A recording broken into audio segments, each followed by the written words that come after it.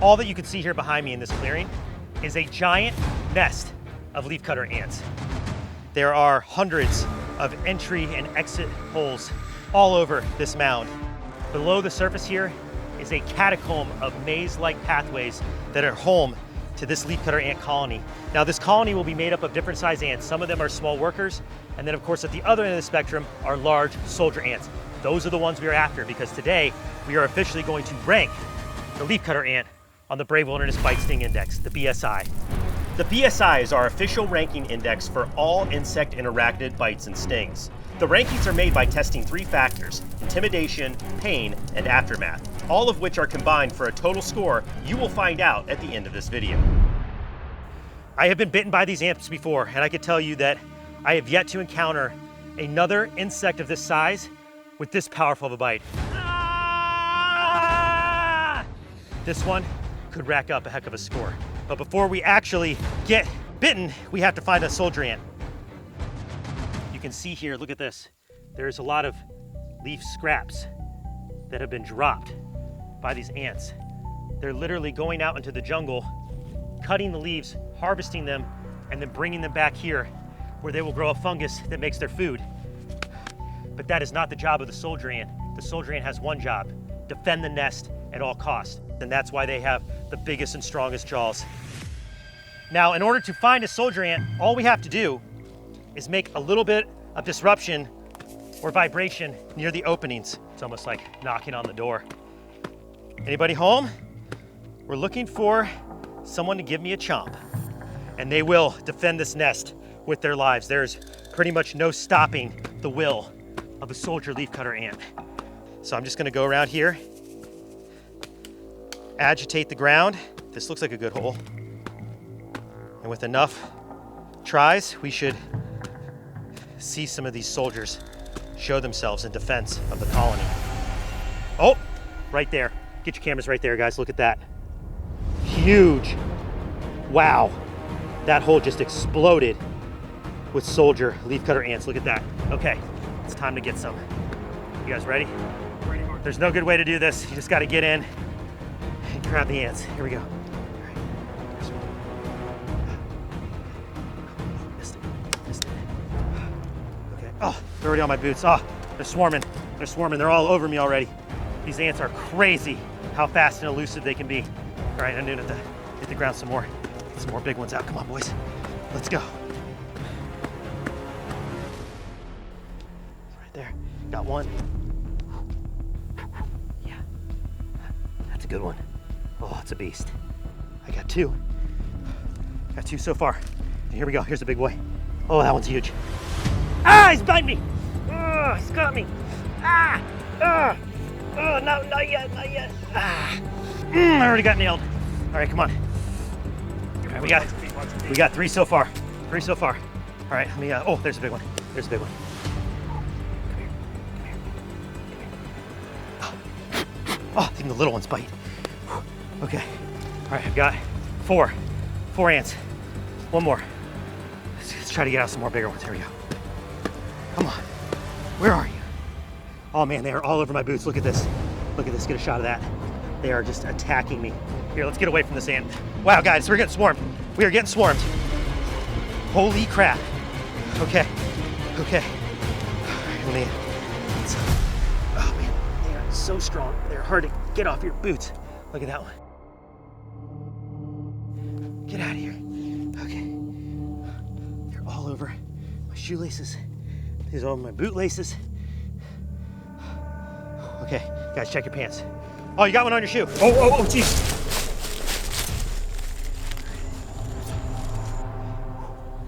Ow! Yeah. Just got nipped. Little precursor to what's coming next. And in case you're wondering, yes, these ants are absolutely capable of breaking skin and drawing blood. Ah! He's got me! Ah, that one's already got me. Ah! No, not yet, not yet, not yet, not yet. Ah. Ooh, all right. Dang. We gotta get out of here. They're all over the boots. All right, well. All right.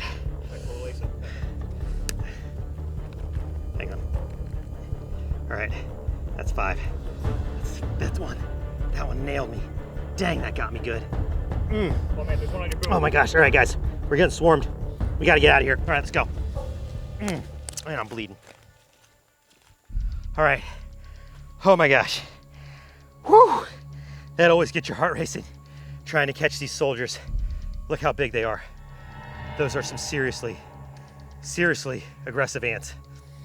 When they storm out of their nest, there's only one mission: attack. I'm just getting nailed on the ear, just got hit on the ear. Whew. Gosh, can never catch soldier ants like these without taking a few bites in the process. But, oh, you got one of your boots right there. Right on your boot right there. Man, those leafcutter ants, these soldiers, barnstormed out of that entry point, and they meant only one thing: inflict as much pain as possible on all these intruders. And they sure got us a few times. But in the end, we got 5 really good size soldier ants. And one of these will officially be the ant that I let bite me, so we can rank the jaws of the Costa Rican rainforest for the Brave Wilderness Bite Sting Index.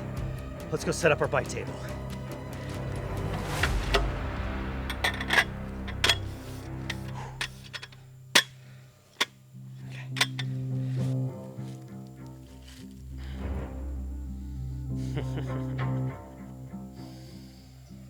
No joke, I've literally found these ants chomped onto my clothing months after our trips to Costa Rica. They make it all the way back on the airplane and through the washing machine because once they bite, they don't let go. All right, bite table set. We have our soldier ants. We've got a set of entomology forceps. Before we get into this, I'm going to need to tape up my finger because that ant back there annihilated me. His finger keeps just bleeding all over me. Whew. We've got ourselves 5 soldier ants that we are going to try to pick the biggest one to be the official ambassador for the Bite Sting Index of the leafcutter ant. What do you guys think? I think maybe this one? Oh, there's a big one. Think right here in the front? Yeah, I think that's the one. Ah, man, the other ones are great. There it is, that's the one. That's the one. Oh man, all right. There we have our ant. Get a better grip on it. Scraping the table. There. Look at the size of the jaws of that ant.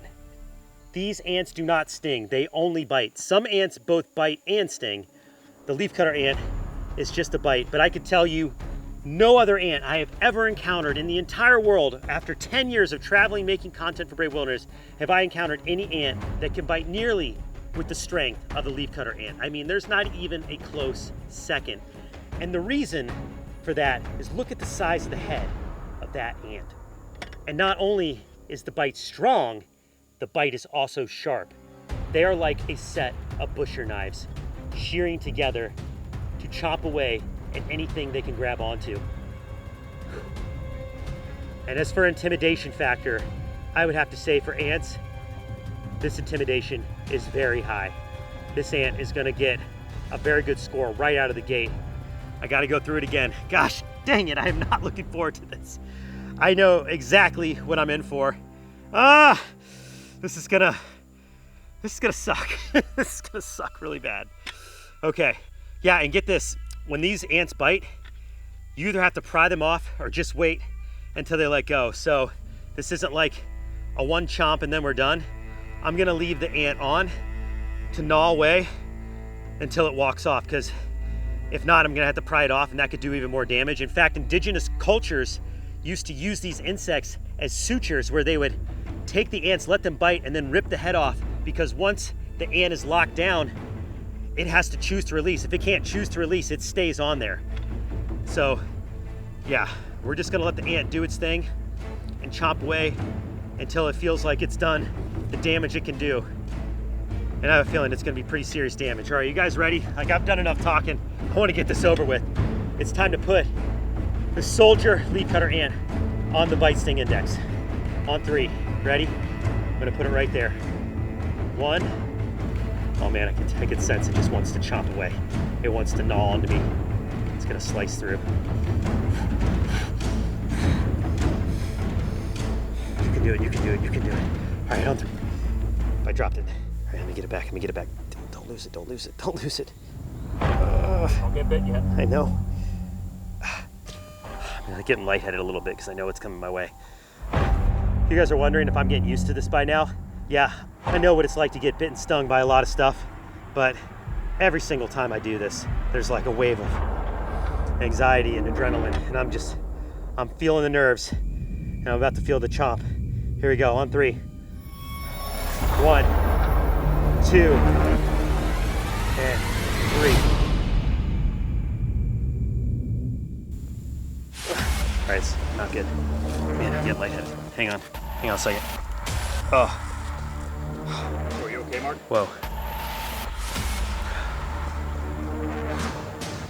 Yeah, I'm fine. I'm fine. All right, I got this. It's on 3. 1, 2, 3. Ah, yeah, he's got me. Ah. Yeah, I just popped through. Ah! Ah! It feels like it's cutting my finger off. Ah! Ah! Ah!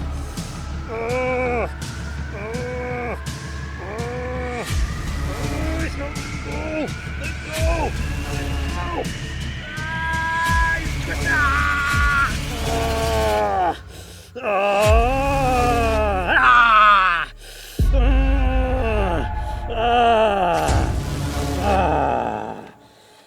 Are you done? Are you done?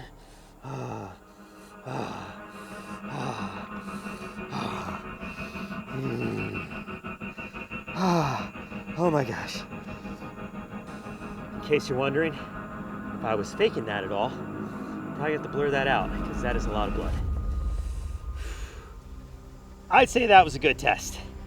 I don't know how much better of a test that we can do. Here, I'm gonna clean off our ant here because he's covered in blood.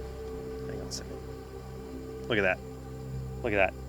There's another demonstration of strength, like we needed another one, but this ant, so powerful. Get off there, bud. Come on. Okay. All right. Well, I'd say we have ourselves a pretty good official bite test with the leafcutter ant. Man, I hope that's the last time I have to do that. Tell me in the comments what else you want to see on the BSI. But before we go, let's give the leafcutter ant an official score.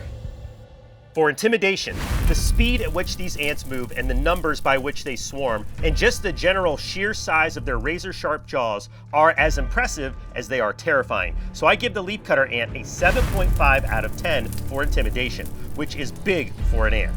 And on that note, I have to acknowledge that we've received some feedback that intimidation as part of the index is too subjective and that we shouldn't weigh it in as much as the other factors. Guys, I have to completely disagree with that because I can tell you, once you see what's biting you, or in my case, what's about to bite you, your emotions are triggered and it absolutely affects the pain you're about to experience. So yes, size matters and so does intimidation. Don't let anyone tell you otherwise. Okay, now back to the score. For pain, well, I have yet to react to any test as much as I have the leafcutter ant. So for immediate pain, I have to give it a 9.5 out of 10. And yes, that score surprises even me to say it out loud, but I mean, come on, look at this. Finally, for aftermath, this is where the leafcutter ant does offer a little relief. Although very painful at first, the wounds end up feeling like super deep paper cuts and almost immediately subside. So just as long as you clean them out right away, you should have very little inflammation or chance of infection afterward. So for that, I only give the aftermath of the leafcutter ant a 3.5 out of 10, giving the soldier leafcutter ant an official BSI ranking of a 6.8. All that to say, ouch. But yes, venom matters big time on this index. And without it, you just can't hang with the big dogs. So shaken right now. I'm about to enter the sting zone with the bull route, freshwater stonefish from Australia. Ah! What's going on, guys? I'm back in Australia, home of the most deadly and venomous creatures on the planet, to test the sting of an animal that is said to cause the most pain out of any creature that lives in Australia. which is pretty crazy. But to help me do it, I'm joined today by my good friend, Miller Wilson. What's up, dude? Good to have you back, Mark. I am excited to be here, Miller, but I gotta say, I'm a little nervous about this video. Why don't you tell everybody at home what creature we're trying to catch today? So today we're going to be trying to track down Australia's most venomous freshwater fish, the bull rat, also known as the freshwater stonefish. Which is a pretty aggressive title for an animal because I have been stung by the saltwater stonefish, and it's something I would honestly never attempt again.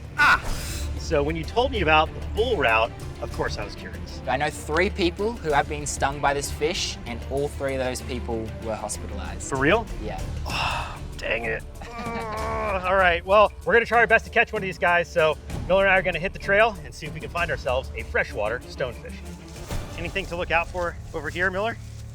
Lots of venomous snakes around this area. Some Okay. of the world's most venomous snakes actually live in this forest, so Really? got to be careful. Aren't there leeches out here? Leeches, plenty of leeches as well. No shortage of them. Yeah, probably gonna get a couple leeches today.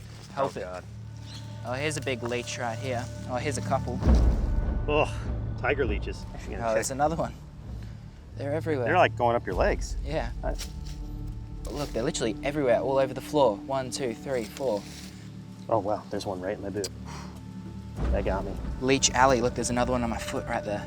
Gosh, this place is full of stuff that wants to bite you and sting you. All right, here we go. All right, let's go. I want to know a little bit more about these hospitalizations. Tell me about one of the stories, if you don't mind. Yeah, so it was actually my granddad, No way. and he was a police officer, and they got a call up saying that there was an illegal fishing net in a freshwater river. So he went out there to remove it, and as he was pulling in the net, he put his hand on bull rat, a freshwater stonefish, and got multiple spines in his hand. He And grabbed it? He grabbed it, yeah. Oh. Very bad. He ended up going to the hospital? He went to the hospital, they gave him some medication. Yeah, his hand swelled up like a balloon, and for the next couple days, it was still painful. So, something that you have to be very careful of. All right. Well, we are going to attempt to navigate this creek and hopefully get a freshwater stonefish into the net. So where are the stonefish living? We're gonna have to be very careful because even in all of these little pools right here, I've found big stonefish in before, because when it floods down at this creek system, it washes them from the deeper pools that they usually live in into all these shallow sections. You could see how easy it would be for something to just live right underneath that. You step there and then you're in a world of pain. World of pain, that's it. Up here is where I've actually found one of these bull rat before, so we'll go check it out. So Miller, are they very fast or are they pretty stoic? So the reason why so many people get stung is because they won't move out of your way. Okay. They know how venomous they are, and they'll sit there with their spikes up. Even if you walk over to the side of them, they will angle their spikes towards you. So that's almost like, reminds me of a lionfish. They're aware of where their spines are and they'll pivot right to you. So, if you step near one, you're stepping on it. Yeah, for sure. No doubt we would have walked past a few of these fish already, and they're just so camouflaged, very hard to see.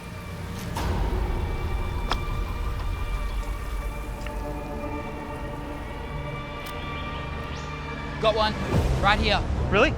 Big freshwater stonefish. That's actually massive. Where is it?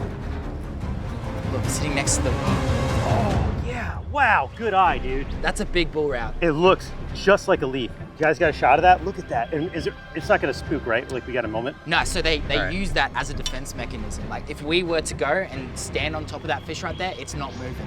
Whoa. How are we gonna catch it, Miller? Do you wanna snag it with the net or? I think if you use that clear container, Okay. put it in front of the fish, I'll come around the back and tap it on the tail. It might go in. Okay, let's try. All right, ready? Yeah. Just gently push it. There we go. All right, shut the lid. Got it. Got it. Let me fill it all the way with water. This is dangerous. Yeah.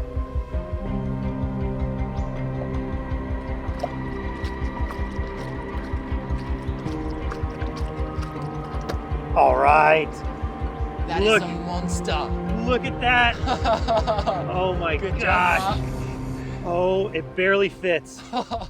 That is a monster. That is the biggest freshwater stonefish I've ever seen in this creek. Good job. We Wow, got one. no, good job to you for spotting it. Look at how perfectly camouflaged this fish is to this environment. And I noticed that it spazzed a little bit when we caught it. So this isn't an animal that we're gonna be able to hold easily. No, they're a lot more difficult to handle than the saltwater stonefish. Okay, well, now it's time for the moment that I've been dreading all day long. It's time to set up the sting table. All right, Miller, are we all set? It's all you, mate. All right, here we go, guys. Well, there it is. You are looking at the bull route, the freshwater stonefish, and one of the most unusual stinging fish I have ever seen. Wow, man. I'll tell you what, Miller, it's always exciting going on adventures with you, man, but I am definitely feeling the nerves right now. This is uncharted territory. I don't think anyone's ever been stung by both a freshwater and saltwater stonefish before. So to compare the pain from both stings will be something that no one's ever done 100%. The saltwater stonefish was by far and away one of the worst stings I have ever experienced. When it's all said and done, this should be just extraordinarily painful for me and hopefully educational for you. Ah! God! Immediate fire spreading up my fingers. I can already feel it in these three. Hang on, I gotta walk it off. I had lasting symptoms. We're talking these 3 fingers right here were completely numb for 3 months. Yes, 3 months of complete numbness in these fingers from the saltwater stonefish. So in terms of what this fish would have to do to ascend beyond that pain, it's a lot, guys. All right, before we get into this sting experiment, let's take a closer look at this very unusual and very seldomly seen fish. And the first thing that I want to point out that I've already noticed is since we pulled it out of the stream, it has now completely changed its appearance. Once we sat it on this light metal table, it is also now much lighter in coloration. And I believe if you zoom in close enough, you'll be able to see why. There's these tiny black dots all around its scales and its face. And I think those are like chromatophores, just like you'd see on a squid or an octopus, where it can expand and contract those cells to completely change its color. So the camouflage is great for avoiding predators, but if you can't avoid a predator, what does this fish use? It's super toxic venom. And it delivers that dose of venom through its venomous barbs, the spines up and down the dorsal fin.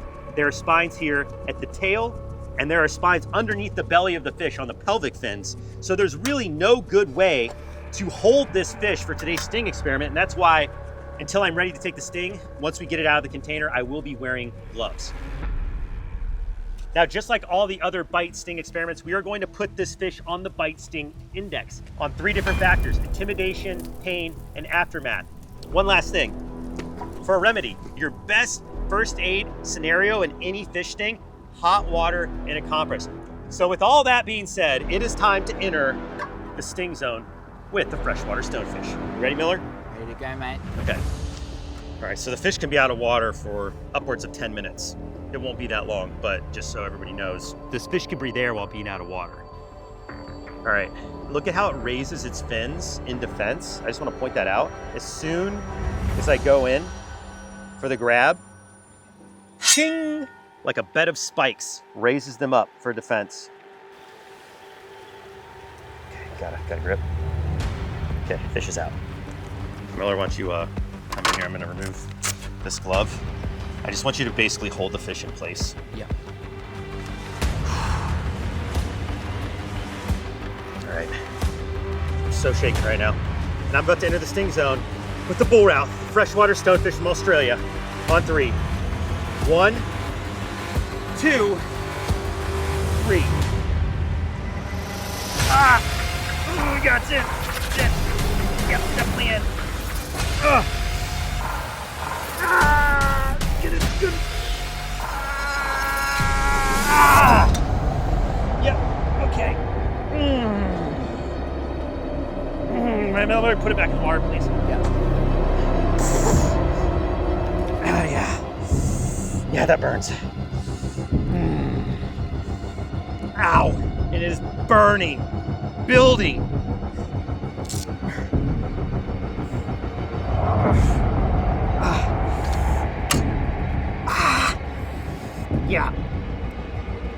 clearly see where the spine went in.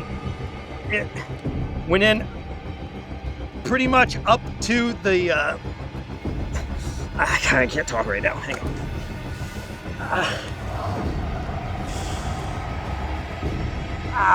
Miller hurts. Yeah, definitely burns. Like all through those fingers. Definitely some neurotoxin going on in there. It's not just, it's not like the other ones. It's way different than the saltwater stonefish. Way different. And those spines way sharper than the stonefish. It took almost no pressure. And that went all the way in as Yeah, well. yeah. That's a good sting. Yeah. Those spines are needle sharp. If you put all of your weight, it would go all the way in.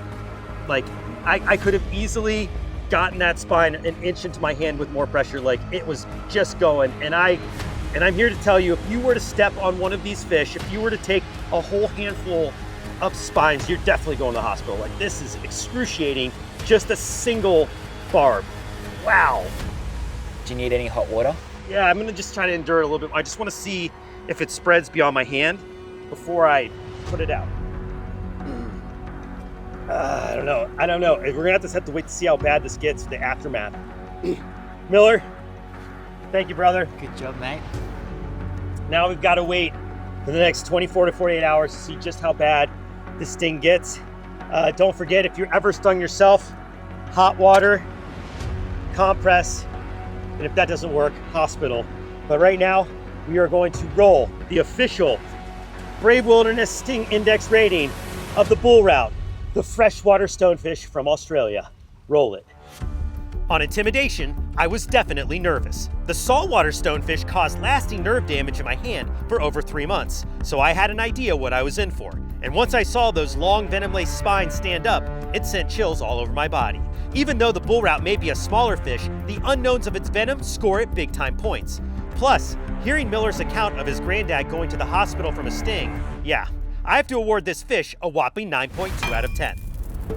For pain, just like the saltwater stonefish, the sting sparked an instant inferno that intensified with each passing minute. And even though the small puncture wound may not have bled out very much, the venom surely found its way deep into my hand, and it hurt bad, giving this fish an 8.7 out of 10 on the pain index. For the aftermath, there really wasn't one. It was nowhere near the saltwater stonefish in long-term effects, and after applying the hot compress, the burning sensation subsided entirely, much like my reaction from the scorpion fish in Florida. Now, my hand was a bit sore for the rest of the day, but that was about the full extent of the aftermath. All this being said, I can only award this river-dwelling fish a 4.7 out of 10 in this category, giving the final tally of the bull route, the freshwater stonefish from Australia, a 7.5 out of 10, falling just below the assassin bug of Borneo on the Brave Wilderness Bite Sting Index. Minutes after filming the sting of the largest bee I've ever gone up against, I noticed something even more striking buzzing around the brush. There's a bee. There's a bee. Got him! Got him! Yes! It's a blue one! You gotta see this. Oh my goodness. Oh yeah. Oh yeah. Look at that. It's blue. Holy cow. I think it's now turned from a sting test to a sting comparison. Just a few minutes ago, I was stung by a big black carpenter bee, which walloped me. But I didn't know they came in blue. What's your bet? Black or blue? In this video, we're going to find out which of these giant bees has the more painful sting and which of them will rate higher on the Brave Wilderness Bite Sting Index. And we're back.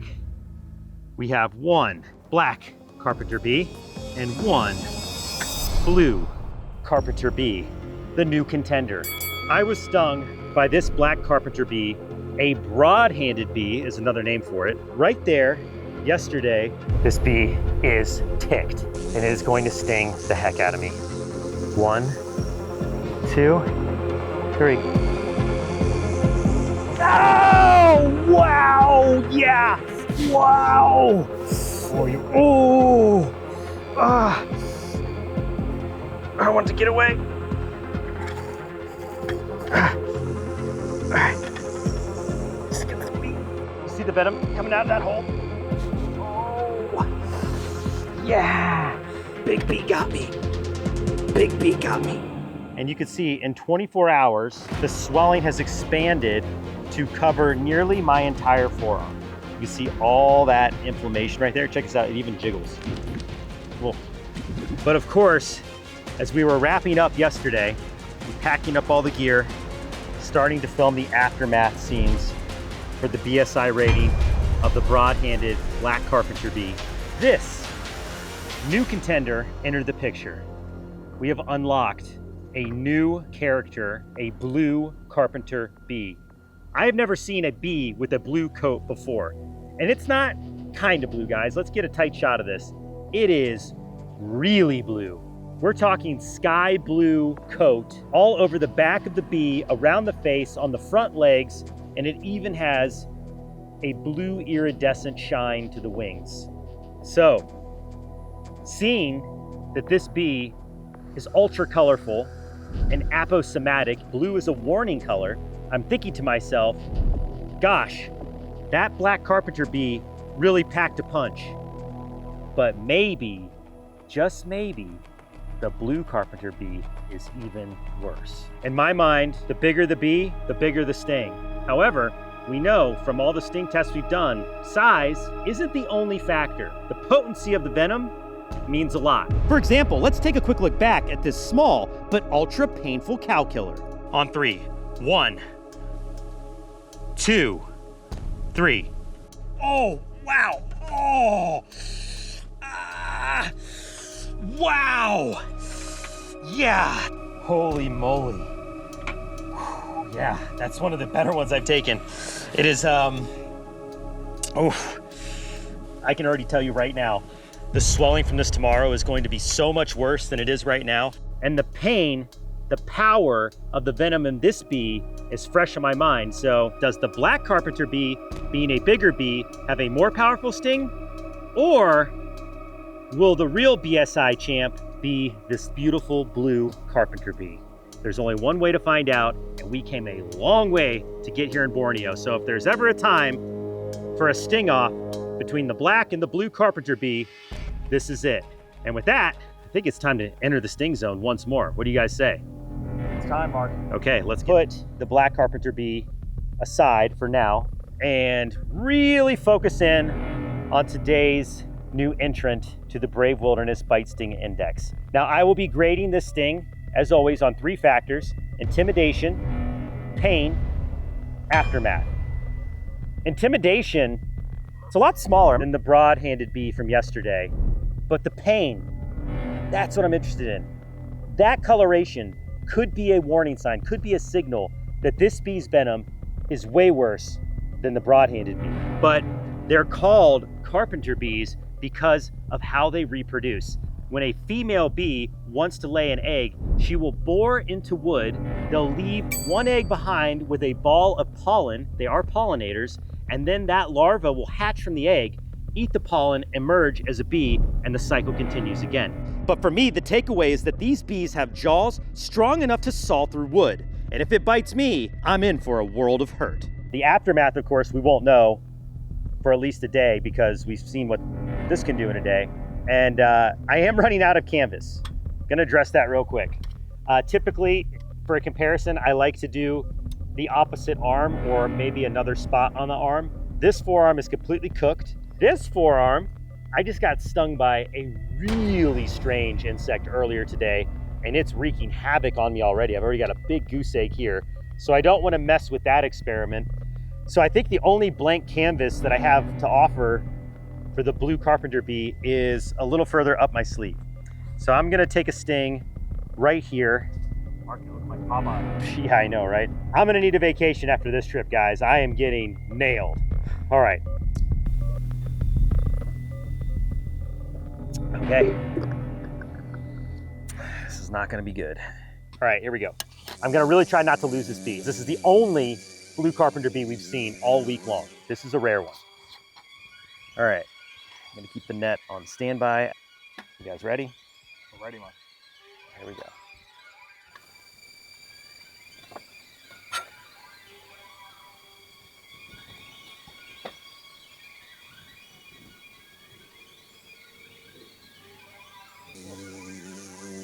woke up. Okay. Got it.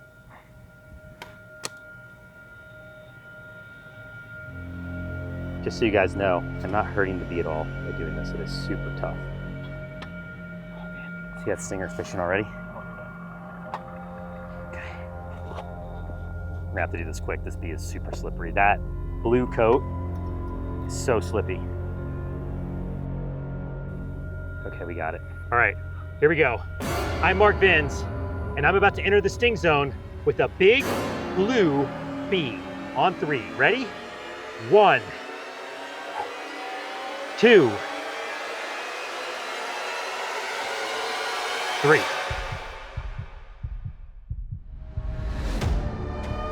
Ah, bite me. Ah, yeah, oh, it got me. Oh, hang on, it's bite me. He's in there, he's on. Oh, yeah, yeah, oh. Ooh. Oh man. All right, someone get the net. Someone get the net. Cover him. Oh yeah, that stings. Get back at the container. Come on, come on. Oh, it stings. God.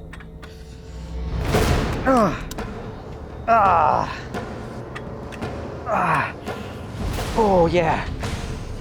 She's a biter. She's a biter. And she stings. That didn't happen yesterday.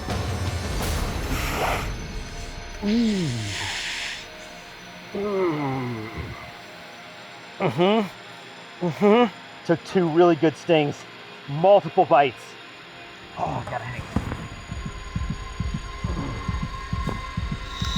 You okay, Mark? Dude. Oh, that was so much worse on this bite and the sting than yesterday. Like, Worse than the black bee? I mean, she bit the heck out of me. She bit me so hard I'm bleeding. Those bees can chew through wood. She had no problem popping through my skin. Look at that, guys. I'm surprised I'm not bleeding more for how bad that hurt. Okay. Okay.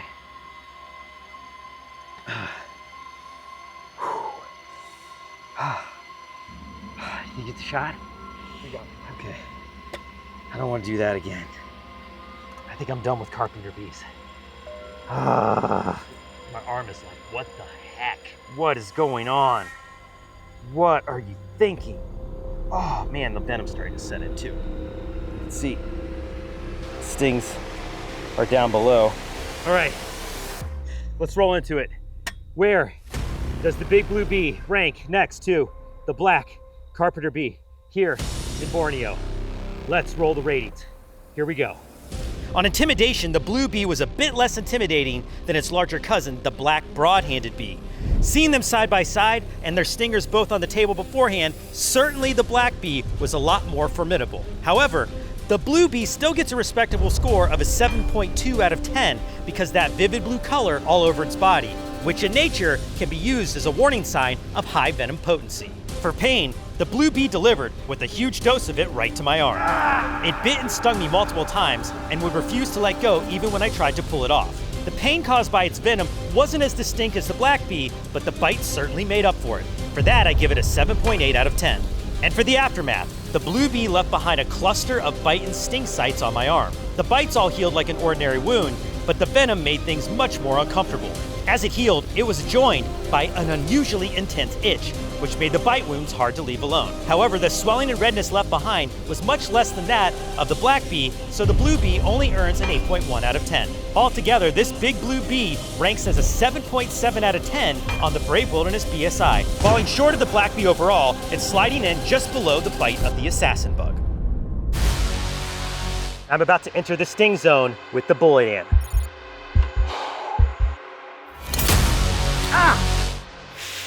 I'm about to enter the bite zone with the leafcutter ant. Here we are in the jungles of Costa Rica for the ultimate showdown between the 2 most painful ants in the world. We've got the bite of the leafcutter ant versus the sting of the bullet ant. And I'm here to determine which of these two is the true king of pain. Ah!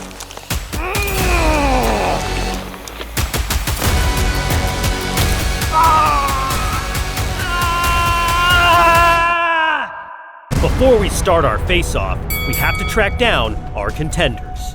First up are the leafcutters, which are famous for slicing up plants and marching the pieces back to their nest. These worker ants carrying the leaves are incredibly strong, capable of lifting 20 times their own weight. They harvest these parts to use as compost that grows a fungus to feed the entire colony, including their defenders called soldier ants. Leafcutter soldiers have no stinger at all, but instead use their massively oversized jaws like butcher knives to slice through anything standing in their way, including human flesh. I have personally witnessed a single soldier saw through skin to the bone in just a matter of seconds, and that is why it will be our first contender.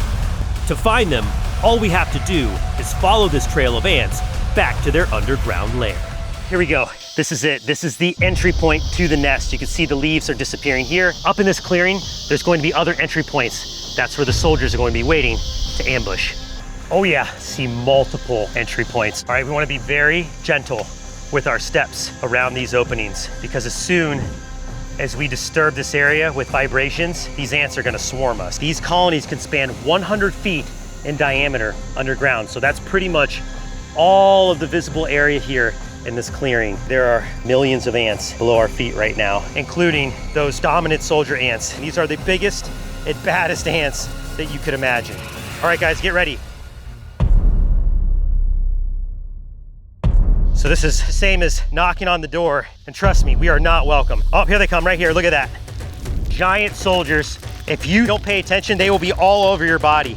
We're here to collect 5 soldier ants for the bite test. All right, there's one. Okay, we got one. We are getting absolutely swarmed by these ants. Look at them covering my boots. All right, they're covering. I know, you guys watch yourselves. Stand back a little bit. They come out of the hole with their mandibles open, ready for pain. All right, I got 3. They're all over your boots. Oh, oh gosh, he's already got me. 4. One just got on my back. They're already up my legs. God, he got me. Oh, okay, how many do we have? I got 5. All right, let's get out of here, come on. I got one on my back. I sliced my back. All right, seriously. Oh, you got them all over you guys. Got them all over your boots. Oh, Matt, one just crawled in your pocket. Oh, Mark, there's one on your shoulder. He's biting me. Look at that. Yes, they can definitely bite through your clothes. There is no negotiating with these ants. They only mean to seek and destroy. It's time for round 1. Let's go to the bite table and get this action started. All right. Welcome to the bite table. Here we have in our jar 5 soldier leafcutter ants, and oh boy, are they angry. Let's get a closer look at the business end of one of these soldiers. Man, these ants just make you nervous. They are so incredibly strong. Let's take a closer look. Andrew, you got a good shot? It's like having a pair of garden shears on your face. They are razor sharp. We're going to attempt to recreate a swarm of ants on the top of my hand and then see if I can withstand their bites for 60 seconds. Please do not attempt to recreate what you're about to see. Matt, let's put 60 seconds on the clock. 60 seconds. All right, here we go. I'm Mark Vins, and I'm about to enter the bite zone with the leafcutter ant. Here we go, on 3. 1,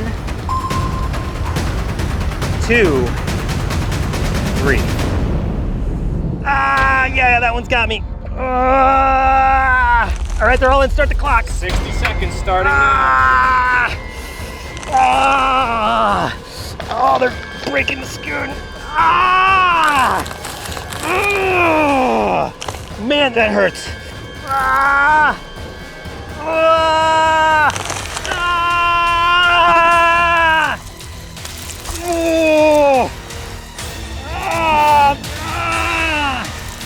Oh, that hurts. What's the time? 30 seconds left. They're just annihilating my skin, just popping holes. It's like razor pinches. They're just like slicing through my skin like butter.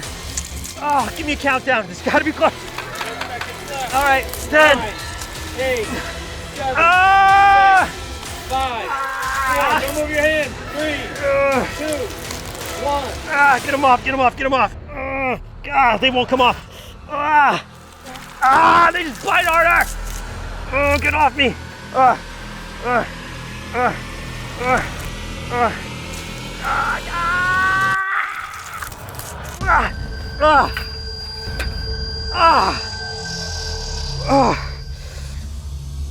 Oh, that was so bad. That was so bad. So many bites. That was so much more intense than I thought. I thought there was no possible way that a leafcutter ant bite could even come close to comparing, but I don't know. Bullet ant stings up next, but that's the most uncomfortable thing I have ever experienced. The sheer willpower to just like look away and let that happen. I hope you guys got good shots because I never want to go through that ever again. All right, so let these ants go and get back on the hunt. Even with fresh wounds on my hand, there was no time for a break. My turn to face the sting of the bullet ant had arrived. Bullet ants are one of the largest ants in the world and are legendary for having the most painful sting in the insect kingdom, rating above cow killers, tarantula hawks, and the infamous murder hornet. It has also earned itself the nickname the 24-hour ant because the excruciating pain from a single sting can last an entire day. Let's let these ants back off into their nest. There you go. Round 1 of the most painful ant showdown is in the books. I've got some battle wounds to show for it. Now it's time for round 2, the sting of the bullet ant. I've got some good news and bad news. The bad news is, for me, this is definitely gonna happen. The good news is, we don't have to go very far to find our bullet ant. Literally on top of the leafcutter ant colony, there is a bullet ant nest right here at this tree. I have never seen this before. All I have to do, give a little knock on the door. Check this out. Oh, here they come. Can you get your microphone close? Hear them making their battle cry. Oh, they're angry. We just need one ant. Here we go. Oh, we got 2 on there. Oh, see if we can get one to climb off in it. All right. Oh, whoa, whoa, whoa, whoa. Oh, geez, that was close. All right, we got an ant. And just like that, we are ready for round 2. The time has come for the second contender. Those leafcutter ants meant business, but those are flesh wounds. This is venom. Let's get the bullet ant out of the jar so we can get a closer look at exactly what we're dealing with here. All right, I'm just gonna let it crawl onto the table.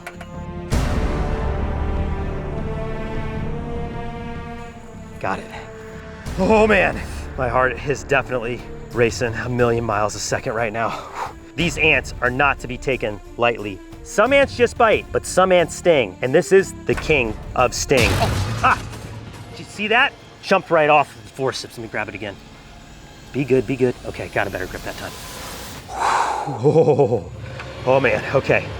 He looks angry. Very angry. The panerotoxin in this ant stinger is ranked #1 on Dr. Schmidt's sting index. And I'm not just gonna take one sting today. I'm about to take it on for 60 seconds. Oh man, this is gonna be painful. Please do not attempt to try this at home. 60 seconds on the clock. Here we go. Camera's rolling, camera's rolling, camera's rolling. I'm Mark Vins, and I'm about to enter the sting zone for 60 seconds with the bullet ant. On 3. 1, 2, 3. Oh, you see the stinger going in? Oh, I got that shot. Oh, that hurts. Oh, the stinger's still in me.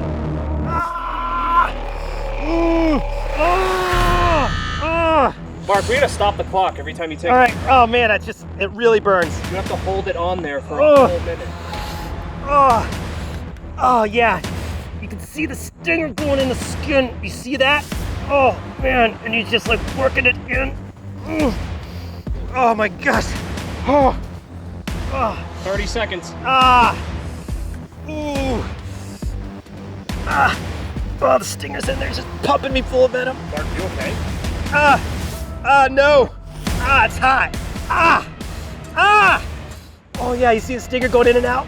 It's getting me again. What's the time?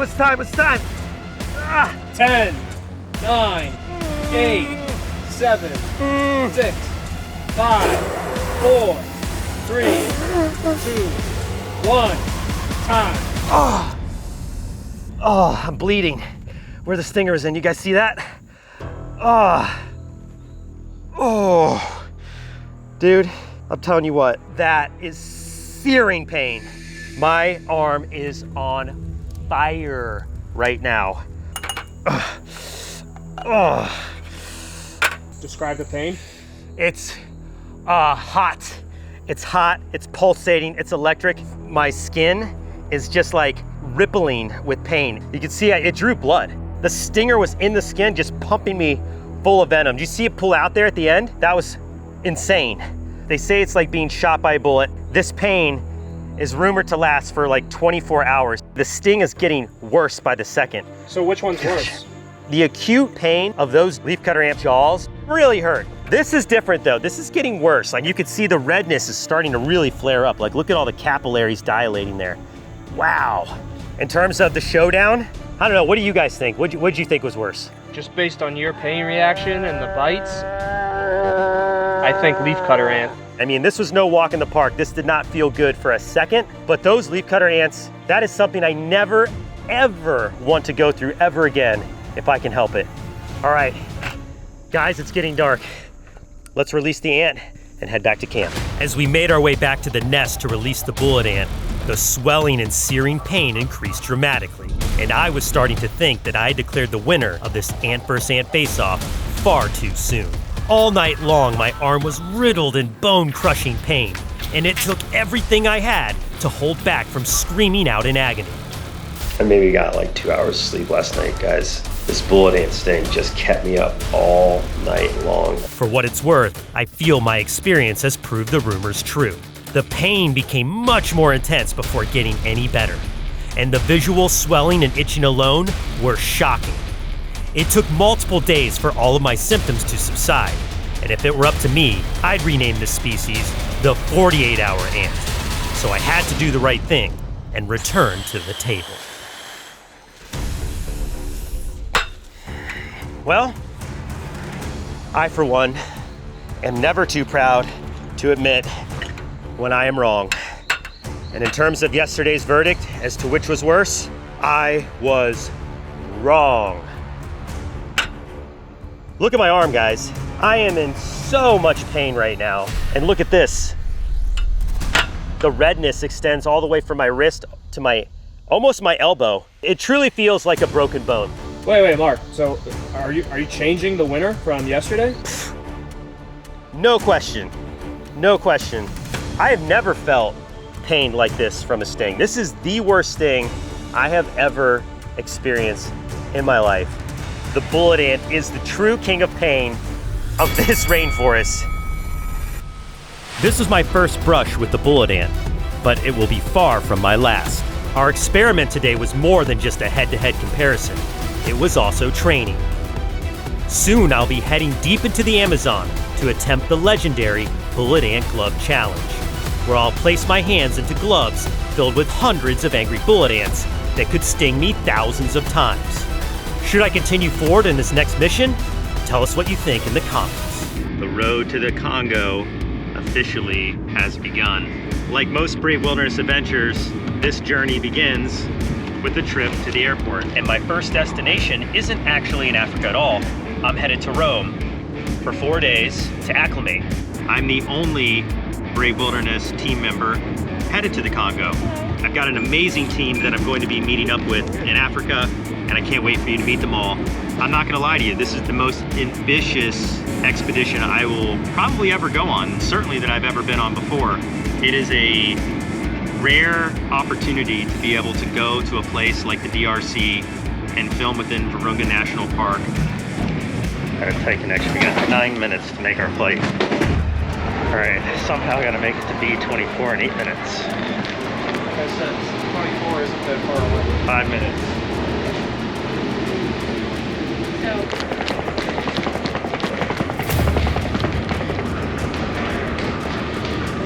Did we miss it? All right, missed the connection. Got a new flight 2 hours from now. What are you gonna do? We're getting on another flight. Life goes on. Here we go. long flight, lots of reading, lots of in-flight entertainment. See you in Rome. All right, Rome. Made it. Checking in finally. It's been a long journey. So, here we are. We have made it to Rome. I feel like a new person after a shower and some fresh clothes. It's amazing. The goal today is simple. Do not succumb to jet lag. I do not want to take naps. In my opinion, the best way to do that is to stay in motion. If you're ready, I'm gonna fire up the GoPro and hit the streets of Rome. Let's go. First stop, the Colosseum. Check this out. Being in here is unbelievable. Once you get inside, you can truly appreciate just how huge it was, especially for being thousands of years old. I mean, the fact that they could pack in 65,000 people in here. We have a lot of things to see today, so time to head on to the next place. Vespa, Vespa, lots of Vespas. I feel like I'm missing out by not having a Vespa. Total FOMO right now. Now that's a fountain. Cool, Salt Trevi Fountain. There it is, that's the Pantheon. Built over 2,000 years ago, it's still the world's largest unreinforced dome. Really cool, I'm really glad I stopped off at this one. All right, made it to Vatican City. This view is unreal. I'm trying to get to the Vatican Museum to see the Sistine Chapel. That's where we want to head. It's gonna be a lot to see along the way though. Wow.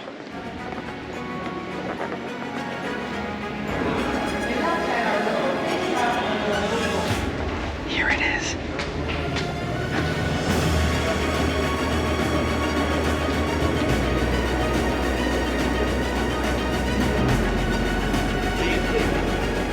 There you have it, Sistine Chapel. I would say that is an absolute full day in the city of Rome. I hope you enjoyed this tour. Tomorrow, we head to Africa. The adventure continues tomorrow. Made it through security. Got our tickets. Now we gotta get on our flight. Over and out. See you in Ethiopia. Made it to Addis. All right, so I got some new guests for the vlog. Meet Eric. Eric Lehman, showrunner, BP. We got Taylor over here from Chicago. What's up? I'm a sound engineer for this project. The team is assembled. We're just waiting on our flight to Goma. Almost there. This is happening. All right, we are driving through Goma right now. We just got through the airport, through customs. It was a pretty crazy scene in there. It took us quite a while to get through. This is a very interesting drive at night. There's a lot of fires on the side of the road. We are in Goma. We are in the thick of it. Say hi, Tony. That's our Tony, our DP. All right. I think we're at our hotel. Yeah, this is Lake Kivu Lodge. Okay, so just met up with the crew. Had a debrief for tomorrow. We got a good game plan. The ride over to the hotel, as short as it was, I mean, gosh, that was like being in Mad Max. I mean, there were like fires on the streets, just rubble everywhere. Like it's definitely a place that you would not want to go out walking at night. With that being said, I need to get some shut-eye because we're gonna wake up bright and early and hit the road on our way to the gorilla sector of Virunga National Park. It will not be a journey for the faint of heart. This is probably the most dangerous part of this entire trip, believe it or not. The one thing I will say, this section of the road that we're going on is a dangerous road. It's that simple, okay? People have been killed in it recently. People get kidnapped on it, and it's the real deal, okay? If for any reason we get stopped, there's vehicles stopped, we're stuck somewhere, and there's a lot of stuff going down, we cannot get away with vehicles, then get out, okay? And get yourself into some sort of cover, depending on where we are, okay? And then at that point, you'll just need to take direction from me on the ground or from the local rangers on the ground. Got our convoy here. My favorite. The Defender. This is the one that we're going to be driving up to Virunga. Thought you were calling me the Defender. I got all excited I had a new nickname, but I guess well, you could be the Defender if you want. I would love it. The camera defense. Still a cameraman at heart. You could take You could put the cameraman in front of the camera, but you can't take the cameraman out of the guy. No, we're gonna scrap that line. Got a camera too. Everyone's got a camera. I've got cameras, you've got cameras, he's got cameras. Cameras everywhere. The cameras all over everywhere. the place. You want cameras, we got cameras. Come on down to the Congo Camera Emporium. No, don't. But this is Jume, our driver. Jume, the man at the wheel. This is the stretch of road to be concerned about. This is a dangerous road. In fact, we have an armed convoy of Virunga Rangers. They're gonna lead the way. We're gonna follow them. Here we go.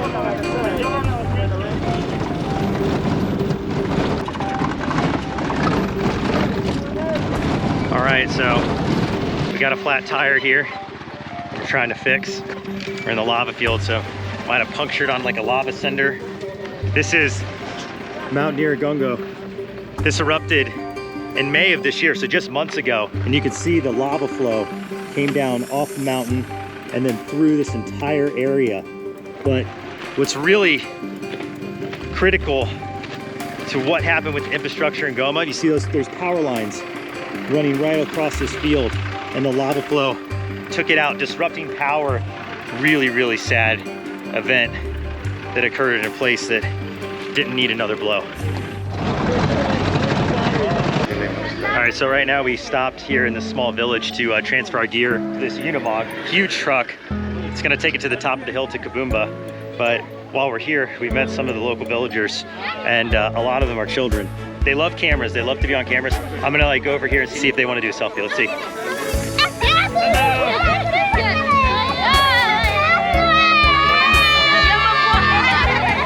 Very good, fist bump. Boom, boom, boom.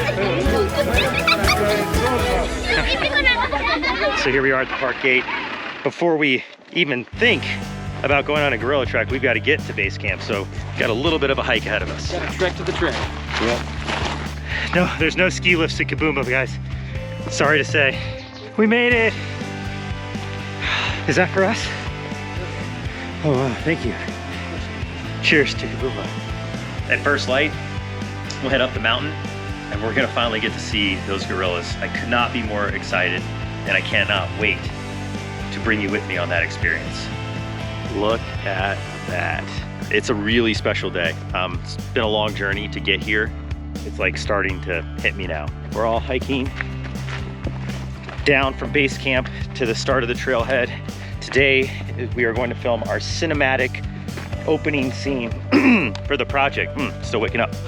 Cinematic Open is a scheduled out narrative that we're going to try to tell through imagery and sounds, more like the opening to a Spielberg film, like think Indiana Jones. There's a big debate broiling in the production world. What's more important, picture or sound? Picture or sound, Taylor? How popular are podcasts right now? They're having their moment, aren't they? I think we're gonna go with sound. Taylor, Yes, sir. has anybody ever asked you, hey, podcast and chill? No. No. All right, so we're going picture, sound. Rob, Yes, mate. from security's perspective, what's more important, picture or sound? Picture or sound? Oh, that's a tough one. From a security perspective? Yeah. I would say both are important Okay. in my world. Yeah, that's a non-answer. Thanks, Rob. Picture or sound? Go. Oh, I don't want to answer that. It's a combination of both because, you know. Have you been talking to Rob? Because he gave us a non-answer also. Are you playing the fence? It's sound. It's sound. I believe sound is more important than picture. All right, that's from the chief over here. Let's ask the DP. Hey Tony, picture or sound more important? As a DP, this is going to be really controversial. Sound, 100%. Wow. Without sound, we got nothing. Sound is winning the straw poll right now. Anyway, we're gonna get started with today. We'll catch up with you on the trail. If you watched the actual episode, you'll know that gorillas are nomadic and they nest in a different place every single day. Entering the jungles of Virunga National Park was like stepping into another world entirely. Completely different from our journey to our base camp, for the first time, I felt like I was in the presence of Africa's most notorious primates. But the risk of danger remained ever present. They are wild animals. The silverback can believe that you want to catch a baby or to catch a female. If the gorilla charge, do this. Don't try to run. Take a sitting position, look down. When I approach them, I do to tell them that don't be worried and to try to quiet them. Yeah.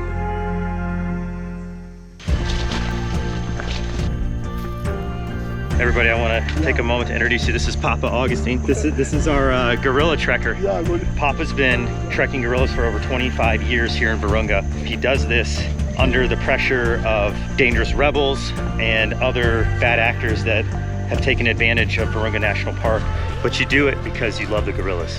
So because I love gorillas, I have to say, okay, if I die, I die, and if the gorillas are safe, okay, no problem. And it's worth risking your life to protect the gorillas. Exactly. Well, thank you for all the hard work. Thank you, Mark. Thank you, Mark. All right, well, we just had a lunch down here. We did our cinematic cold open this morning. That's all finished now. Feeling really good about those shots. Now we've got to head up that trail. It's about an hour-and-a-half hike to where the gorillas are today.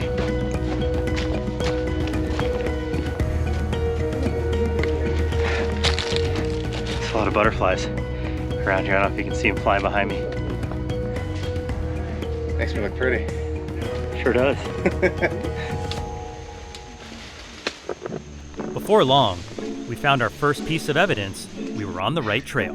That's a big steaming pile of dung.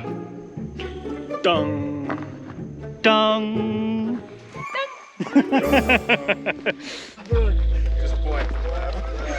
Check this out. You see this? Matted down underbrush? That is a clear indication that mountain gorillas have moved through here and down that trail. So from here on forward, we could see mountain gorillas at any point. We're gonna keep our voices low, our movements deliberate, because if the gorillas get spooked, they will move up the mountain and it's game over for the rest of the day.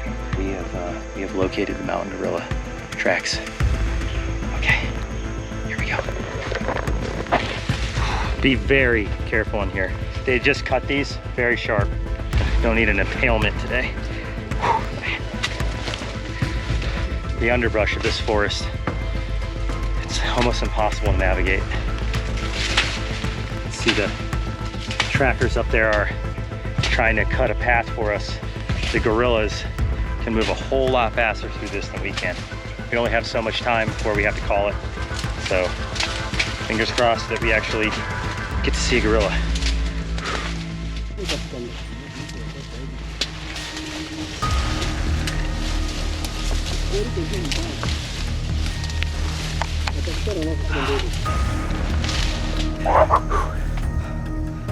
Okay, we just heard a gorilla right around this bend here. This is it. This is the moment we've traveled so incredibly far for. Not only to the Congo and up this mountainside, but 7 years of adventures have led me to this. My heart is beating out of my chest. Are we safe? Oh my gosh. Okay, that was insane. The two silverbacks and his family were fighting for dominance, and you can see where there's actually battle damage. The subdominant silverback is bleeding from the face. That was definitely not what I expected for our first gorilla encounter. Despite the fact I've been told gorillas can be aggressively territorial. It's a baby gorilla. And will viciously protect their families if provoked.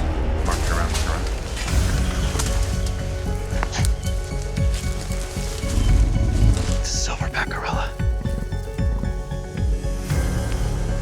We're gonna get closer.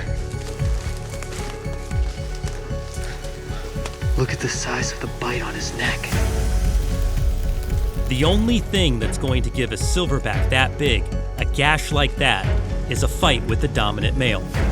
And staring at that wound, I have to ask myself, do I really want to meet the animal that did that? Despite my fear ringing the alarm bell to turn back, we press on and find ourselves in the middle of something I've never seen documented.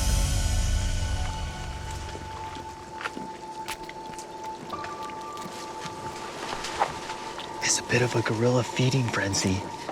They found a banana tree and they're literally ripping off the inside of the plant and eating it from beneath. Making it this far into the family unit has me wondering, is the dominant silverback still in the distance? Or could he be watching us from just behind the brush?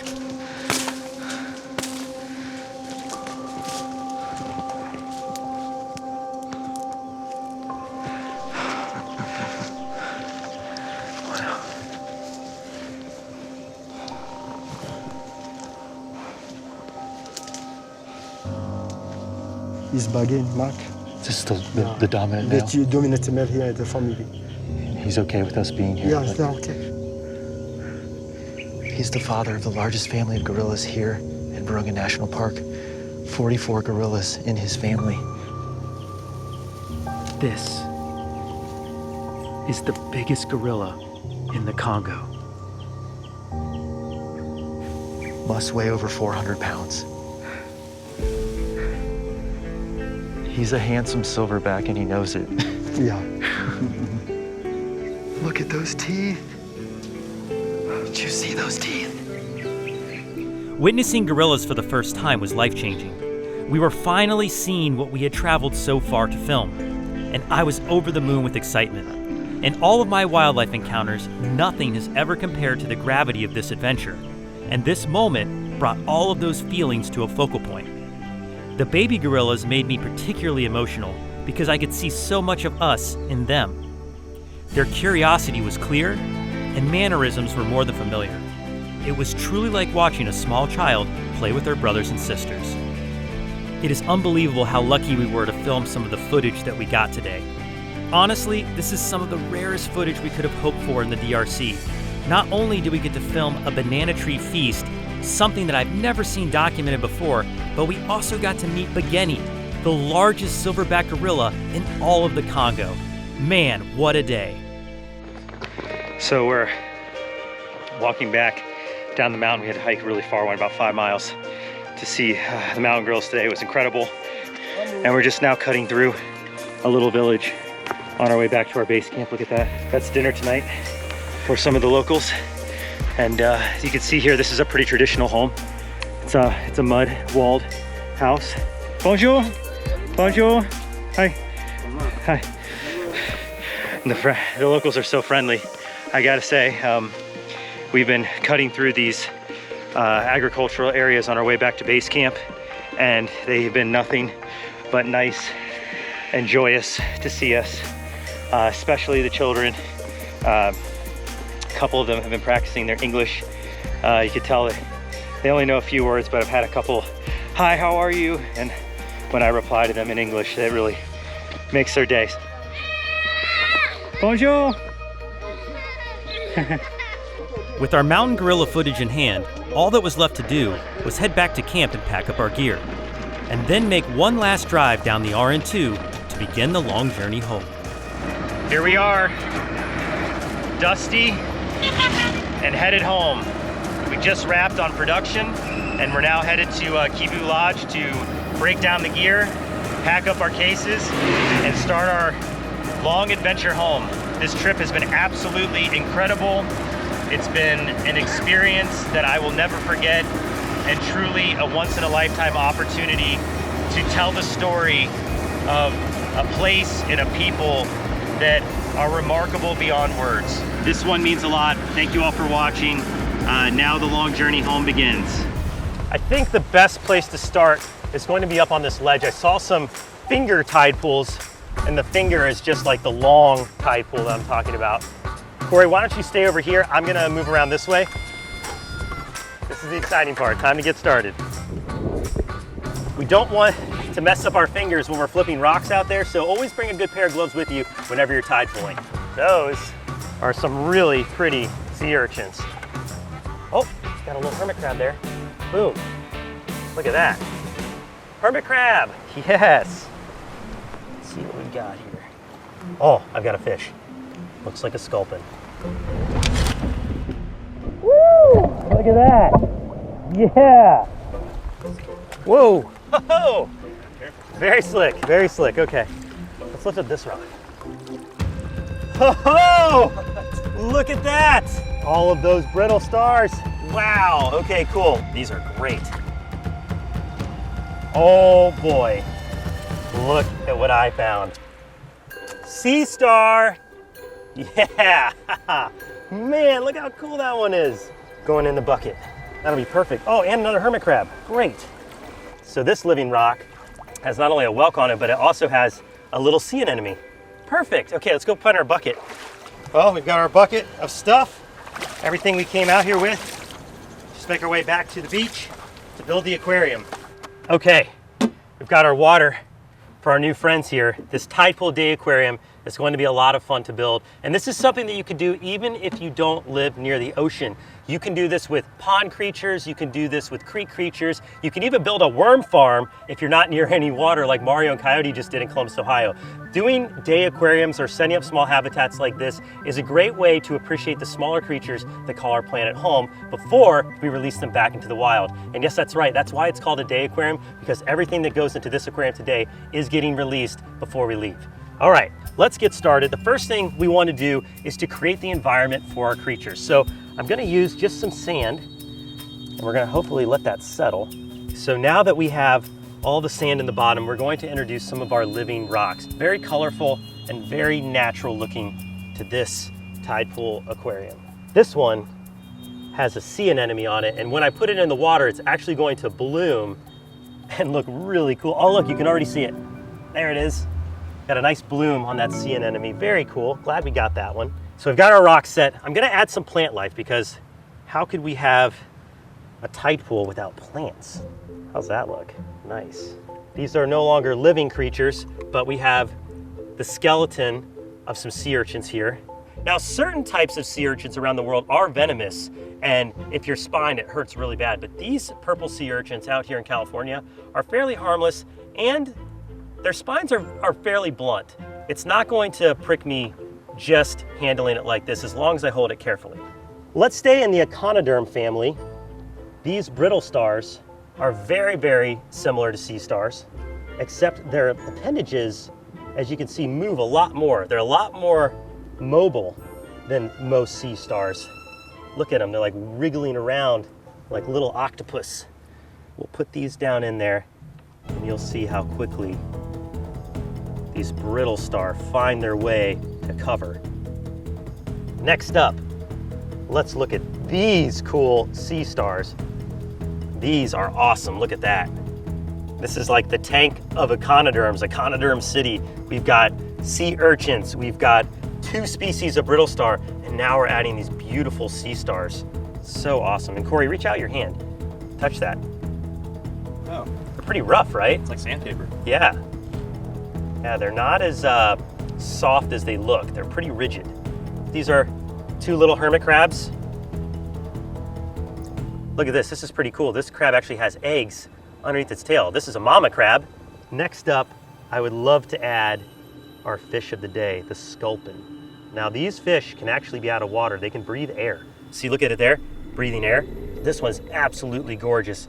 Beautiful greens and grays. It almost has a little bit of peach flecking on the face. Look at the eyes on that. So beautiful. All right, there it is. Our tide pool aquarium is finished. And I have to say, I'm really proud of this one. We caught a variety of species this morning and it looks really accurate to this environment. Now, I hope you all enjoyed this adventure making a tide pool aquarium today. If you want to check out the rest of our summer camp videos, there's a link in the description below and an entire playlist of ideas for your summer adventures. I'm pushing it to the absolute limit by getting stung by the most venomous fish that calls this ocean home. The dreaded sting of the scorpion fish is no joke, and I'm about to put its reputation to the ultimate test. Okay, what I have in front of me are 2 venomous species of fish. To my right, the lionfish. To my left, a very large scorpion fish. These fish are cousins, but there is very little dispute as to which has the more powerful venom. The scorpion fish venom is way worse than the lionfish. But if I can't handle the sting of a lionfish, there's no way I should dare to venture into the tank on my left. So I brought with me some sting-proof gloves. Don't worry, the gloves are gonna come off here in a little bit. But before they do, I wanna show you how these fish position their bodies as a defense mechanism without taking multiple stings. You'll notice, as soon as I put my hand in the water, it's going to take on a defensive position. Look at that, see how it flared out its fins? Oh, see that? It like bucks its back into me. Ah, boom, jabbing those dorsal spines into my glove. Getting stung by a lionfish, not gonna be a problem today. The gloves are off. It's time to enter the sting zone with the lionfish. The greatest health risk I face today would be having a major allergic reaction. Anaphylactic shock can be fatal, and is why I'm keeping an EpiPen close by for this entire experiment. Other severe reactions that may occur include seizures, paralysis, vomiting, and permanent tissue damage, all of which would require a trip to the hospital. All right, the time has come to enter the sting zone with the lionfish. On 3, you guys got your shot? Here goes nothing. 1, 2, 3. Ah! Oh! He got me. He got me good.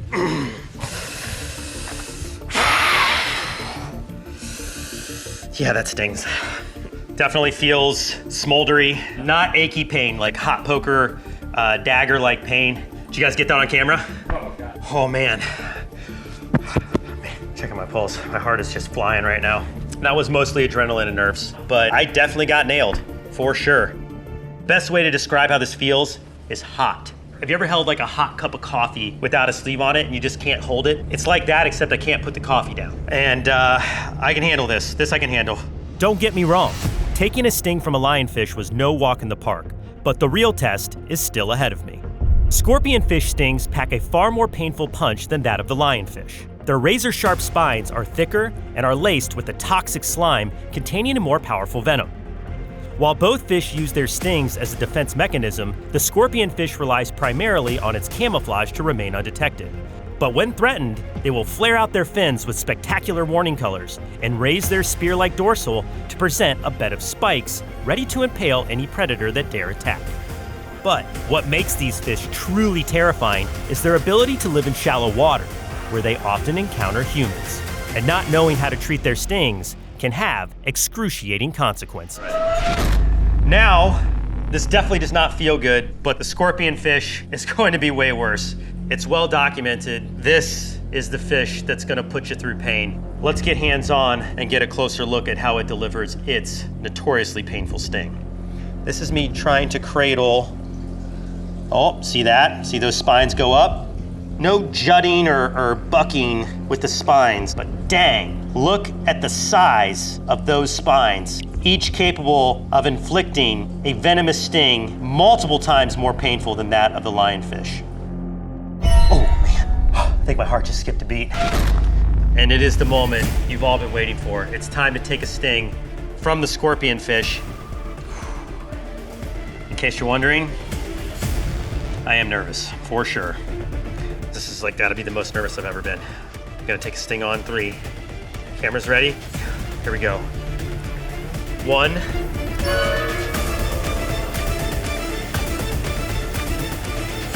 2. 3. Oh! Oh! Oh! Yeah, he got me. Oh! You guys get the shot? Please, I hope you got the shot. Oh! Oh, yeah. That was so much worse. Ah.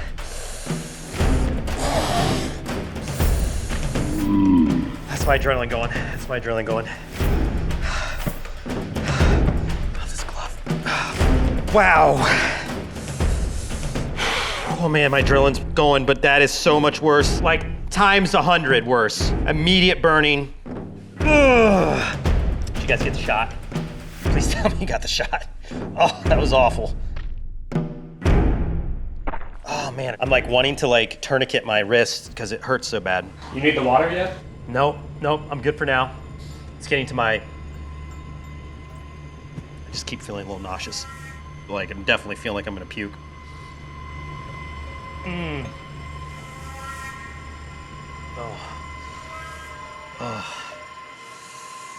Oh, man.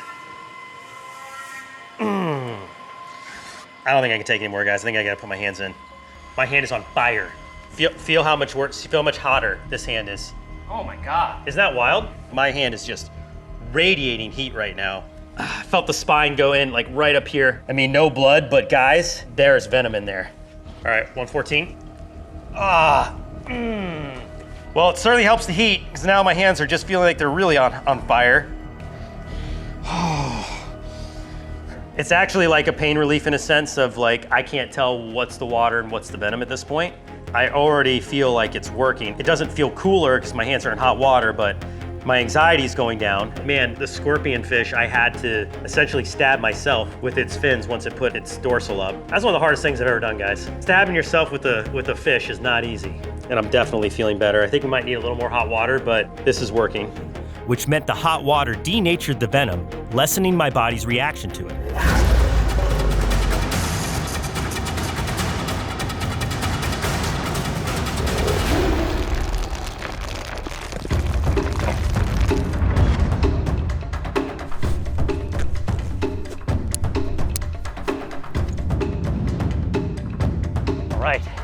This starts our adventure today, canyoneering in southern Utah. We're just outside of Zion National Park, and this is one of my absolute favorite activities to do in this area. Not only are we going to be scrambling like I just did there, we're gonna work our way through really tight canyons, and we're also gonna have to do some technical rappels. But before we do that, we gotta get a little further up the trail. Let's go.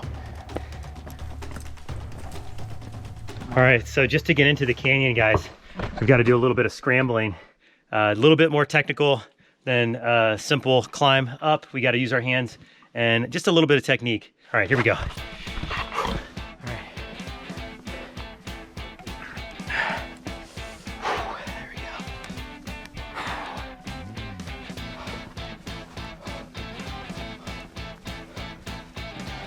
go. Scrambling, sometimes going up is easier than going down and through. All right, just gotta wiggle our way through here. We have the first descent coming up, our first rappel of the day. All right, Corey, come here and check this out. Approach slowly. All right, yep. This is going to be our first technical rappel of the day. And in order to pull this off, we're gonna bring in the expert, my good friend, Jonathan, the Zion guru, who I've been on many adventures with. Jonathan, we're going canyoneering today, but this is sort of where it gets technical. Yeah, in order to make our way down canyon, we're gonna have to navigate some big drops. Here's a 45 footer to start with, and we're gonna use some specialized ropes and equipment to make it really safe and really fun. Okay, so Jonathan's gonna go through some of the safety protocol of this rappel, and this is something that we're going to repeat multiple times on today's adventure. This is not your average rope. We have a Dyneema core and a Technora sheath on it. Super strong piece of equipment that's designed to hold thousands of pounds of weight so that we can effectively travel on it through these abrasive canyon conditions. Because we can't see the bottom, we're gonna use this knot to keep us from going off the end of the rope if necessary. And there's no way that that rope can slip through. All right, cool. It's about a 4-story building down. Not too bad. I feel very confident about all the rigging. You know, confidence is the #1 asset whenever you're doing an activity like this. And I get a lot of my confidence from having a great guide like Jonathan. Safety check. Time to get on rope. And we're gonna do #2 position today, right, Jonathan? That's correct, just to make sure that we have enough friction. That's a 1, that's a 2. This is what's called a third hand. I'm always going to have 2 hands on the rope at all times. This piranha is what's providing the main point of friction on the rope. It's what's going to allow me to control my rate of descent. But the third hand is my backstop. It's my backup in case like something happens and for some reason I have to take my hands off the rope. This is going to stop me. Jonathan, am I approved? Everything's click safety. Safety off. I'm now on rope. Okay, gonna just get over the edge here. Here we go. Woo. Woo. Yeah.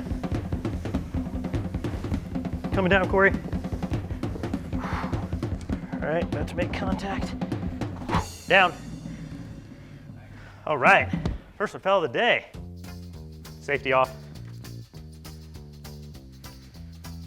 Off rope.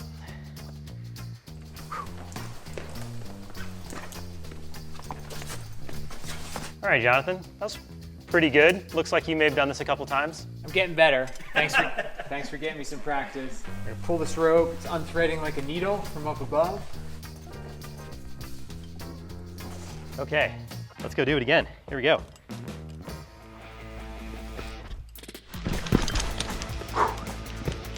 Okay, so got a fork in the road here. Sounds like left is the way we want to go. Didn't have to go far for another technical part of this canyoneering expedition. Rope! Lock that. Okay, we're locked on rope. A little bit more of a squeeze. Okay, yeah, this looks awesome. Woo, headed down. All right, swinging around to the left. Got a little bit of a wall behind me.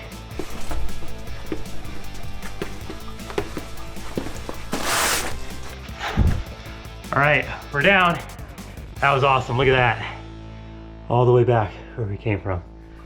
Man, that's cool. All right, we got another one right behind us, but we'll wait for the rest of the team to get down here and do that again. Canyoneering, woo! Man, this is awesome. This is a little bit of a down climb. We're not going to use a rope on this one, but we are going to use pressure and friction to slide and wedge our body down through this canyon.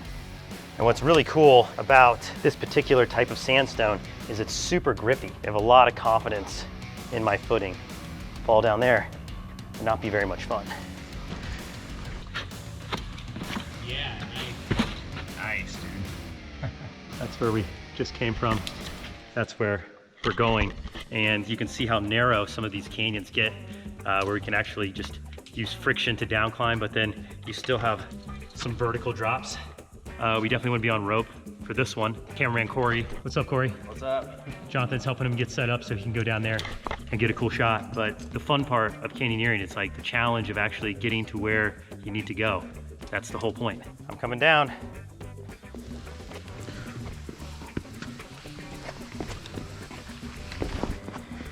A little tricky at the bottom there. Really lean back up this one. This is why we wear helmets. See this behind me? Don't want to be all confident coming down and whack your head. Whoa! Like that. Well, I didn't whack my head, I whacked my hand. I'm okay though. It's a little slide. No big deal.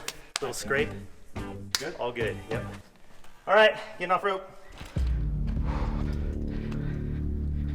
What's the next section look like? Well, not very wide. That is a pretty narrow squeeze that we're gonna have to scramble our way through. Gonna have to go one strap on this. It's gonna be a little too tight.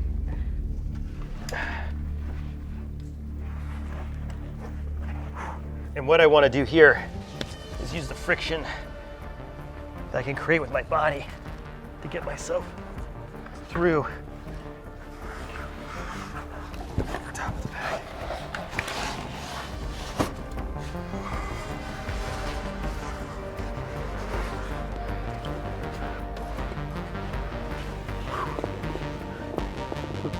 Yeah, talk about a tight squeeze. Okay, well that does it for the Snake Canyon and all those rappels, but the biggest one is yet to come. It's time to make our way to the Wisdom Tooth. Whew. Let's go, guys.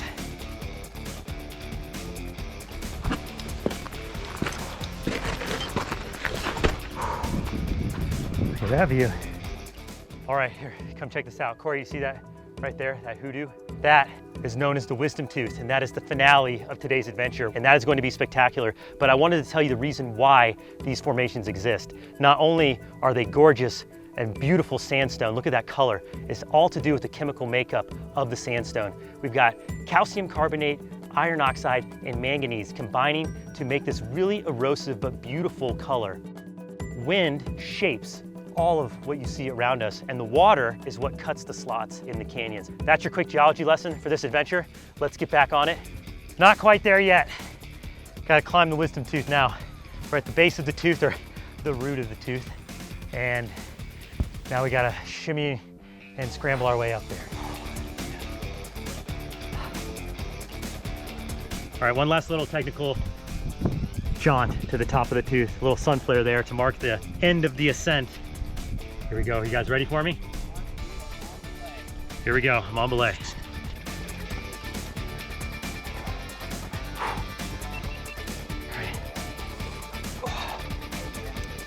Wow. Woo! Top of the tooth. We made it. Oh, this is what canyoneering is all about. It's not just about the adventures through canyons like Snake Alley, but it's also about getting up to these outcrops and experiencing views like this. It's an adventurer's paradise up here. All right, am I still on rope, Jonathan? Yes, sir. Okay, so still anchored in. I'm gonna make my way to the edge. Sorry, Mom. She would not approve of this view. Oh, wow. Look at this. So we're about to rappel down that. Oh boy, that's a long way down. Oh. Woo!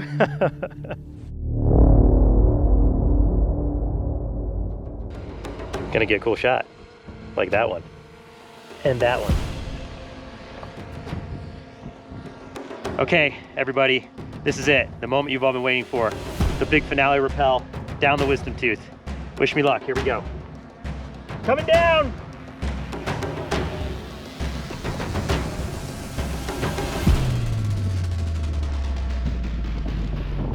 Nice positioning mark.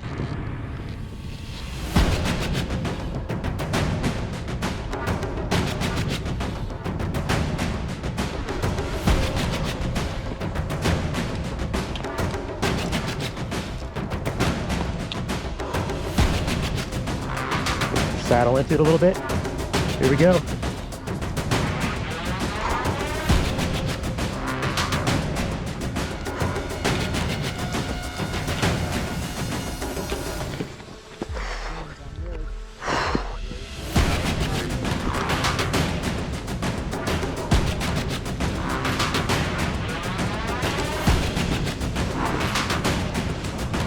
A little tight on that third hand.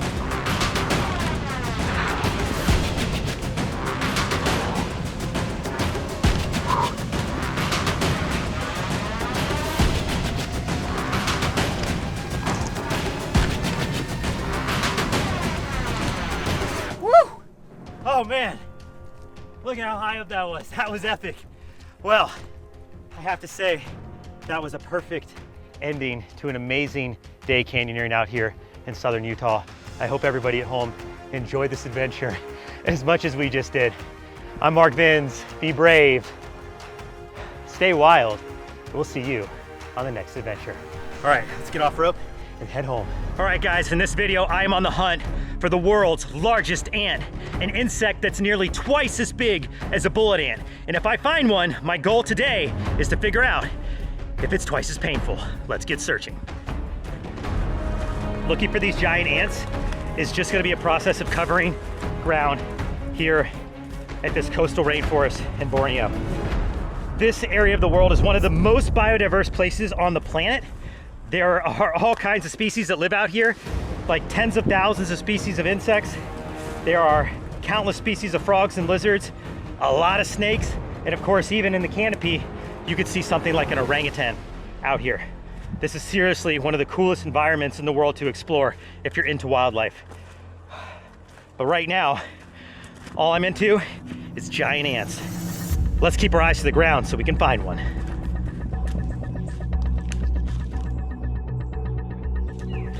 Seems like good habitat for a big ant. Oh, here we go. Big carnivorous pitcher plants.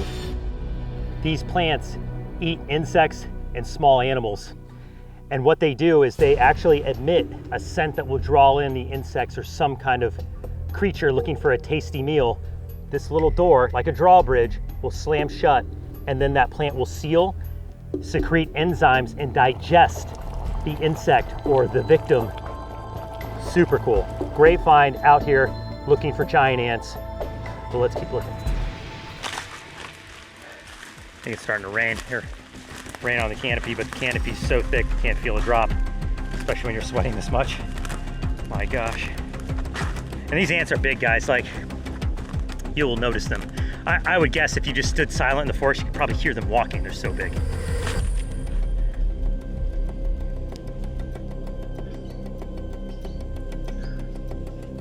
Here's another trail.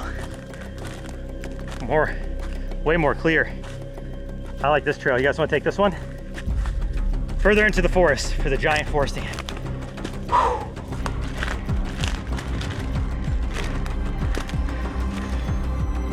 Oh, guys, I got an ant. Keep my eyes on it.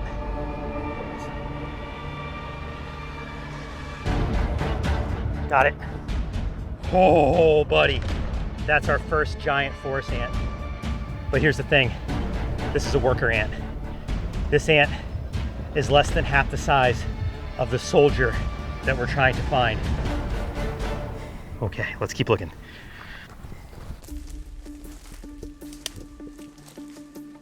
Watch the pitcher plants, guys. There's lots on the trail here. Try not to step on them.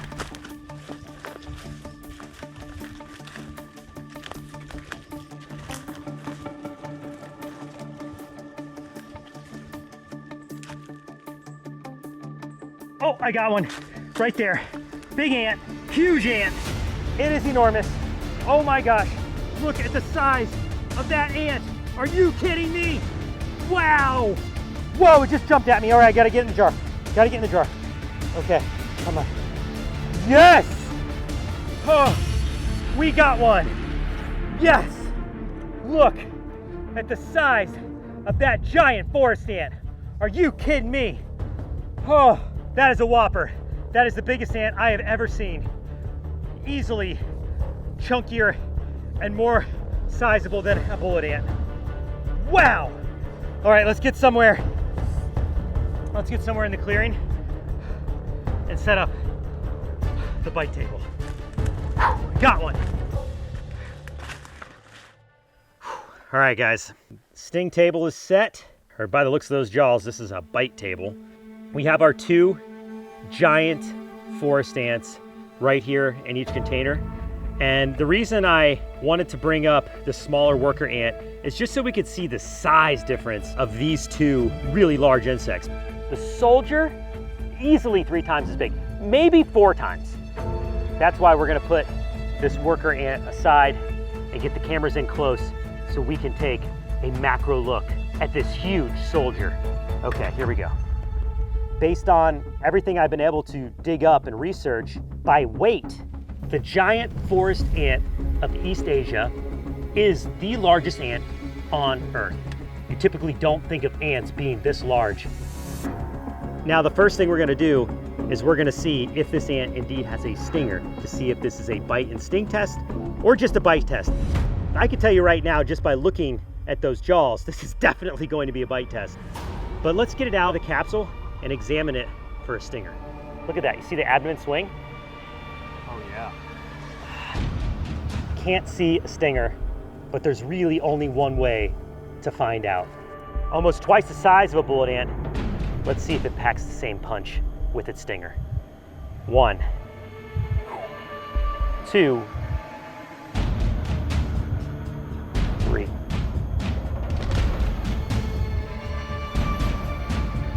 Giving it every chance.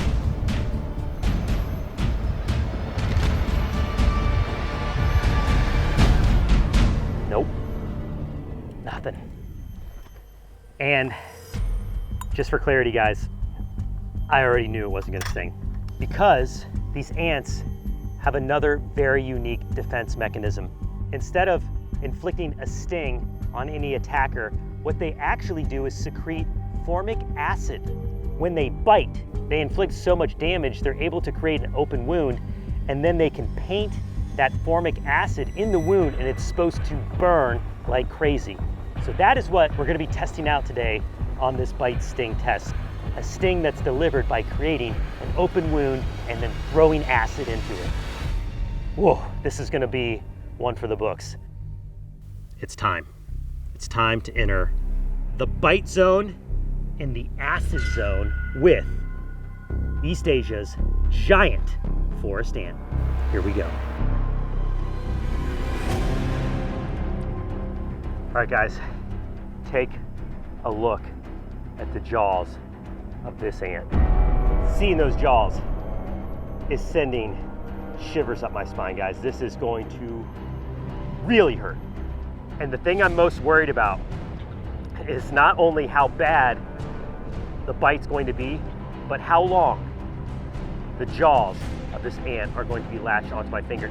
A lot of the locals out here will call these giant forest ants suture ants because once they bite, they clamp down and do not let go. The folklore is they used to use these to close wounds. So instead of stitches or staples, they would just use the head of these massive ants. All right, guys, so like always, we're gonna rate this ant on 3 different factors: intimidation, pain, and aftermath. I think the bite of this ant is going to be immediately painful. There may be some blood involved. This is gonna be brutal. You guys ready? We're ready, Mark. I'm Mark Vins, and I'm about to enter the bite zone and get sprayed with acid by the world's largest ant. Right there, my finger, guys, on 3. 1, 2, 3.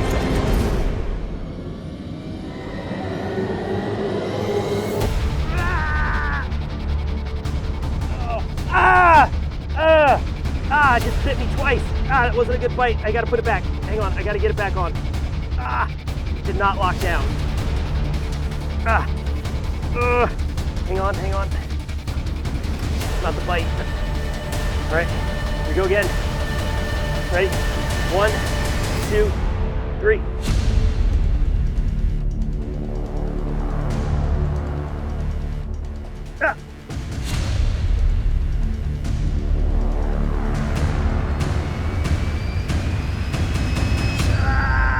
Yeah, he's getting me now. Let go again. Wow. It definitely has the power to bite hard. All right, I gave that ant multiple chances to bite me. It does not want to bite. It gave me a warning bite on the top, another little bite. I don't know if you can see that right there on my finger. Tiny slices. The jaws are razor sharp, but it's not locking down. I'm really shocked. I'm really surprised. Like, looking at this ant, I thought it was going to just savage my finger like the leafcutter ants that I've experienced in Costa Rica.